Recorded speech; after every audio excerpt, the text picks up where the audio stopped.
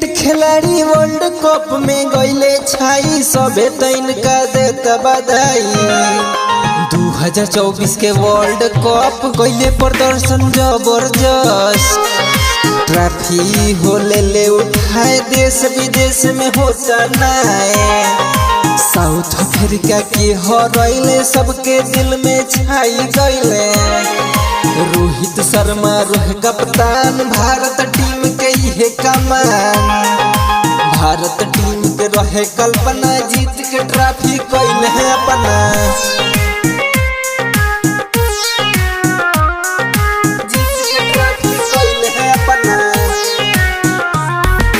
Rohit Sharma toss जीत के बल्लेबाजी पहले चुनले आके ओपनियन बैटिंग कइले।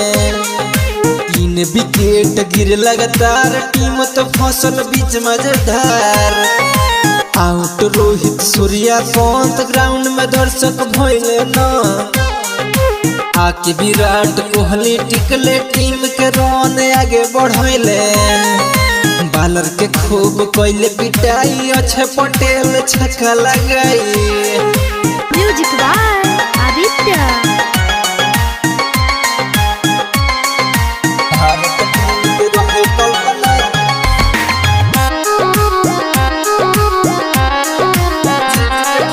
कइले है अपना। 176 भारत बनैले साउथ अफ्रीका बैटिंग कइले ओहू में उ तो हारी गइले। हार्दिक बुमराह सरहदीप सिंह विकेट के लिहले ई तो छीन। साउथ अफ्रीका गइले हार आँख से बहे आंसुधार। रोहित कोहली द्रविड़ संन्यास भारतीय दर्शक भइले उदास। संगम संतोष लिखी देले विकी विशाल सुनाई देले।